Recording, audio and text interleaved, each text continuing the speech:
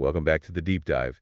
Today we're digging into something, well, pretty significant in AI, right at the crossroads of vision and language. Yeah, we're talking about models that can not just understand images, but also create them, all rolled into one system. Exactly. We've been going through a whole stack of material on this new development called BLIP3-o. Hmm. And our goal here really is to unpad it all, pull out the key insights, get a handle on the innovative steps, especially, the more technical stuff. Definitely, these unified models are seen as a really key step, making AI interaction much more seamless, handling both images and text fluidly. It really feels like moving towards AI that's less like just a tool and maybe more like a partner or collaborator. That's a good way to put it. But building them, especially getting high quality image generation working well alongside solid understanding, that brings up some real technical hurdles. Right. Image understanding is pretty mature, but But figuring out the best way, the optimal architecture and training for models that do both well, that hasn't been explored quite as systematically. and the sources we looked at mentioned that models like OpenAI's GPT-4o, especially its image abilities, kind of pushed researchers to look harder at these design choices. Yeah, definitely. What people saw GPT-4o doing and the chatter about maybe a hybrid, autoregressive, and diffusion setup under the hood, that was a direct motivator for the BLP3o team. Ah, okay. So they decided to do a really systematic, academic style investigation, looking at the fundamental choices you have to make when you integrate generation into these unified models. That study itself is a big contribution. So they didn't just build a model, they studied how to build one first. Smart. What were the main technical things they looked into? They focused on three core areas. First, how the model actually represents images internally. Second, the objective function, basically how you train it to match text prompts to image features. Okay. And third, the overall training strategy, how you actually combine the training for understanding and generation. Got it. Let's start with image representations. The papers contrast VAEs, variational autoencoders, with using clip encoders plus a diffusion decoder. What's the core difference there? Why does it matter so much? Well, VAEs are kind of the traditional way. They compress images into a, let's say, latent space.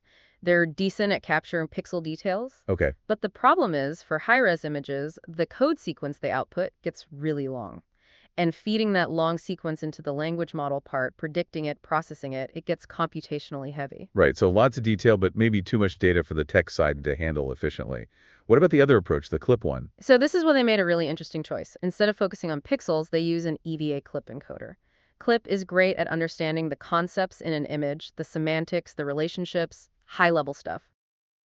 Not just the raw pixel values. Exactly. And then they train a diffusion model specifically to reconstruct an image from those semantic clip embeddings. So encoding the meaning rather than just the appearance. Pretty much. And the really key innovation here, something the sources emphasize, is that this lets them represent any image, no matter the resolution, with a fixed short sequence of embeddings. Just 64 vectors, in fact. Whoa, only 64 compared to potentially thousands from a VAE. Yeah, it's a huge difference. Much more compact, much more efficient for the autoregressive model to process. It's a big efficiency gain.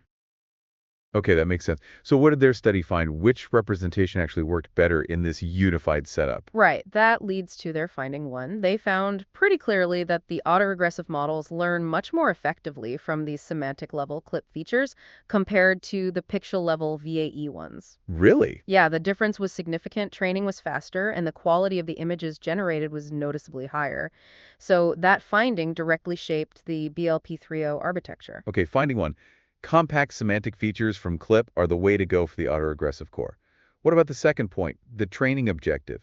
How do you make sure the features the model generates actually lead to the right kind of image? Good question. You need that objective function during training. They compared two main ones, a simple mean squared error, MSE loss, versus something called flow matching. MSE sounds straightforward, just try to make the output features match the target ones. It is simple, yeah. MSE basically tries to push the predicted features towards the average features of the target image, but that simplicity has a big downside for generation diversity, or rather, lack of it. How so? Because it aims for that single average point, if you give it the same text prompt multiple times, it tends to produce almost the exact same visual features and thus the same image every time. Ah, okay, so you get maybe one decent image, but no variety, no exploring different visual interpretations of the prompt. What's flow matching do differently? Flow matching is, well, it's more complex. It comes from the world of diffusion models. Instead of just matching the average, it tries to model the entire probability distribution of the image representations. the whole distribution, like all the possibilities. Exactly. Think of it less like hitting a target and more like learning the shape of a cloud of possible feature sets. It learns how to sort of transport random noise towards that complex distribution of real image features. Okay. And how does that help with diversity? Because it models the whole distribution, it can sample from it. The process has randomness, stochasticity built in. So for the same text prompt, it can generate different varied image samples. It allows for that creative exploration. I see. So flow matching is more involved, maybe adds complexity, but gives you that crucial diversity and potentially better quality. That's what they found, yeah. Which brings us to finding two. Their study showed flow matching was much better at capturing the true image distribution. It led to significantly more sample diversity and better visual quality, especially as they scaled up the model size compared to just using MSE. Another key decision for BIP3-o. Okay, so pulling those first two findings together, using the compact semantic clip features and training with flow matching, that sounds like a really potent combination for generation inside this kind of model. It really was the pairing that came out on top in their systematic tests. You get the efficiency from the representation and the quality, plus diversity from the objective function. Makes sense. All right, the third axis they studied, the training strategy. How do you actually teach a model to be good at both understanding and generation? They looked at joint versus sequential training. Uh-huh. Joint training is basically mixing everything together. You train the model on understanding tasks and generation tasks simultaneously using mixed data. Some other models do this. Okay, and sequential? Sequential is a two-step process. Step one, you take your core model, the multimodal language model backbone, and you train it really well just on image understanding tasks, like captioning, visual Q&A, all that. Get the understanding part sorted first. Right. Then step two, you freeze that trained backbone, lock its weights, and then you train only the image generation module using the features provided by that frozen expert understanding backbone. And BIP3-o went with sequential. What was the reasoning there? They found it had several advantages, both practical and technical. It gives you more flexibility, right? You can leverage a really strong existing understanding model. These good work. Yeah.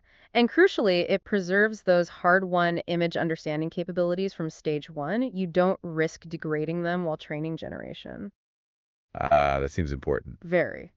Plus, it lets you dedicate all the training resources in stage two just to perfecting generation. And it avoids potential conflicts, inner cask effects, where optimizing for understanding and generation at the same time might actually interfere with each other.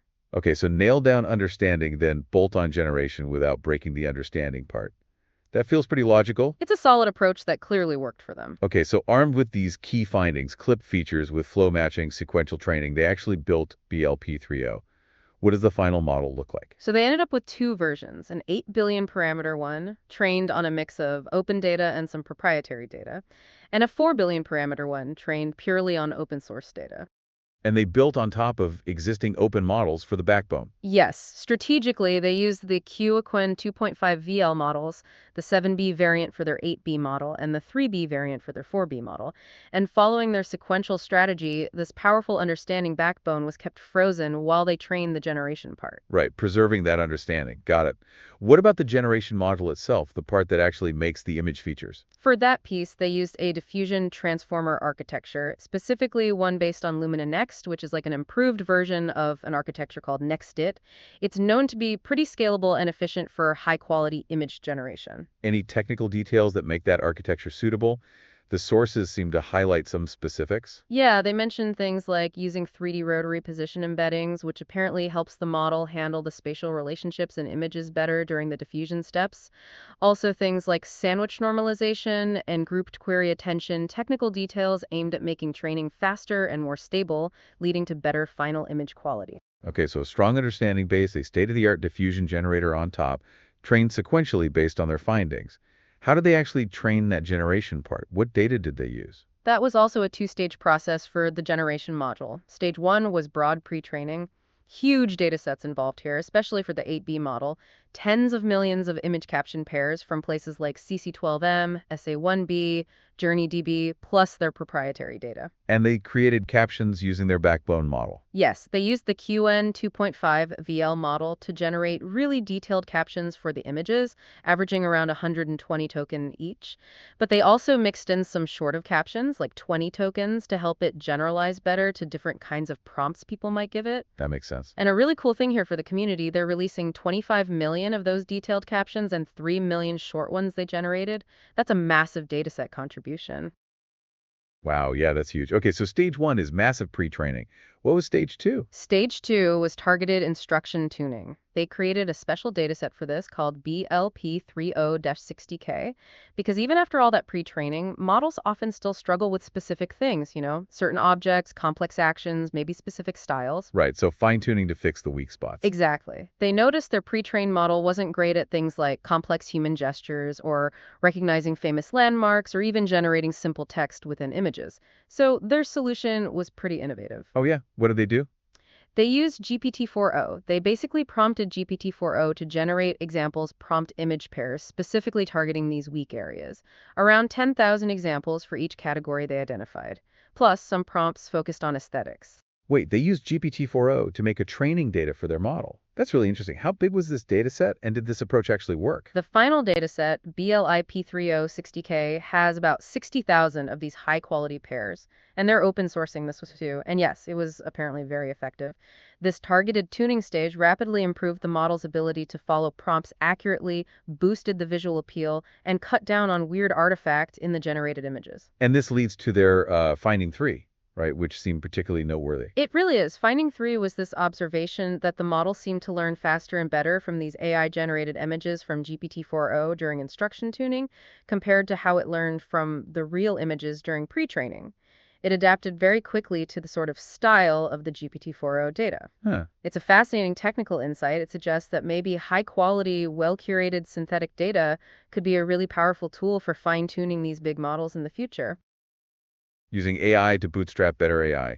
Cool stuff. Okay, so they have this architecture, this two-stage training recipe. How did BLP3O actually perform? Well, on the image understanding side, the 8B model basically hits state-of-the-art compared to similar size models. Really strong scores across various benchmarks, MMEP, MMMU, VQF2, TextT, VQA, numbers like 1682.6, 50.6, 83.1.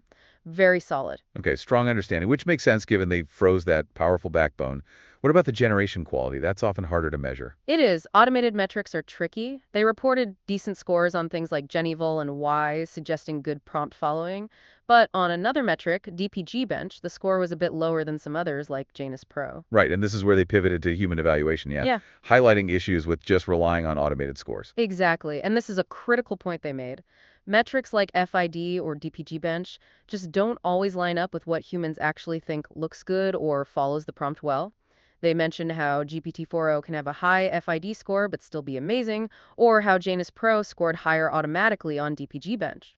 But maybe people preferred BLP3O? Precisely. So they did a head-to-head human study, BOP30 8B versus Janus Pro 7B, using prompts from that DPG bench set.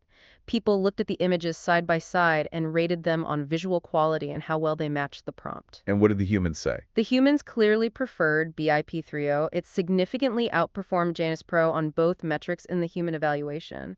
Oh, hey there, what's up?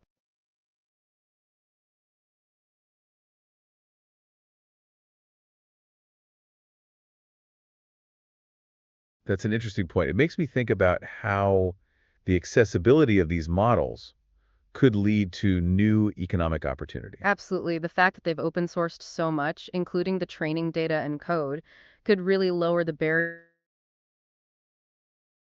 to entry for innovation. Oh, go for it.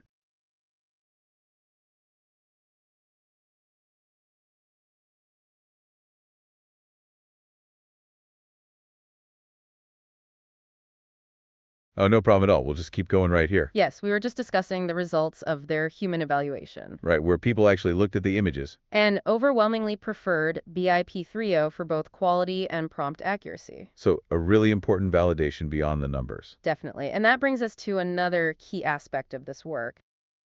Their commitment to open source, right? Exactly. It's a really central part of their project. They're releasing everything. The models themselves, the The code, training scripts, and crucially, the datasets. both the massive pre-training set and the curated BLP3-o-60K, And the whole idea is to help the research community to let others build on their findings. experiment and really push the boundaries of what's possible. It's all about accelerating progress in this field. Exactly. So what are they thinking about next? What's on their radar? They're looking at expanding BLP3O's capabilities. To tackle more complex tasks. Ah, yeah, uh-huh.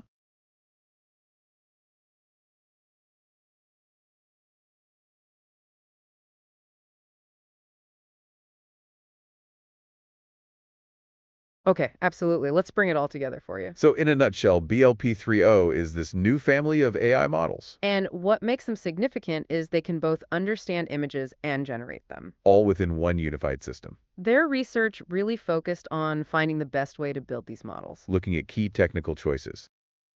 like how the model represents images internally. They found that using something called clip embeddings was much more efficient. Yes, more compact and better for the language processing side of things, And for actually creating the images, they used a method called flow matching. which allows for more diverse and higher quality image generation. They also figured out that training the understanding part first. And then the generation part separately, that worked really well. This sequential training preserved the model's understanding abilities. And they even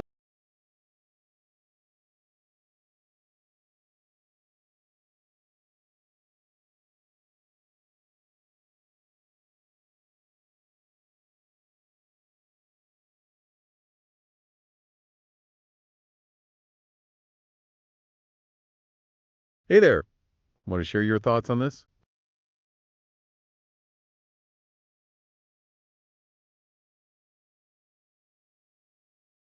Ah, great to have you still with us. Yes, wonderful to hear from you again. Okay, so picking up where we were, We were just laying the groundwork. introducing the concept of these unified models The ones that handle both images and text, and how BLP3O is a really interesting new step. definitely pushing the boundaries. We were about to dive into the The specifics. technical details that make it stand out, You know how it actually works under the hood. the innovation. Oh, go for it.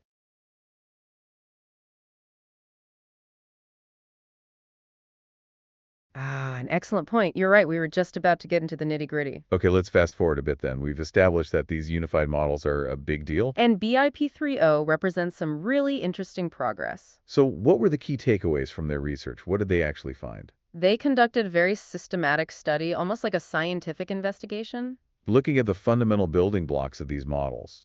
and their findings led them to build BOP3O the way they did. So in a nutshell, what were the big decisions they made? Three main things stood out in their design. Unpack them for us. First, they looked at how the model understands images internally. The way it represents visual information.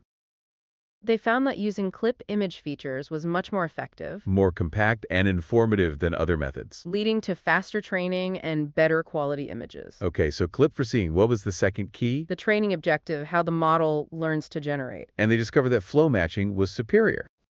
especially for creating diverse and high quality images. Better than the more standard methods. Exactly. It allows for more variation in the output. Interesting. And the third crucial element. Their training strategy itself, how they combined learning. And they opted for a sequential approach, Image understanding first, then generation. which has practical advantages, as they noted. Like being able to leverage existing strong models. So those are the core insights guiding BLP3O's creation. And it resulted in a model that performs really well, Excelling in both understanding and generation tasks, even outperforming previous models in human evaluations. which is a really important validation. Absolutely, it shows the real world quality.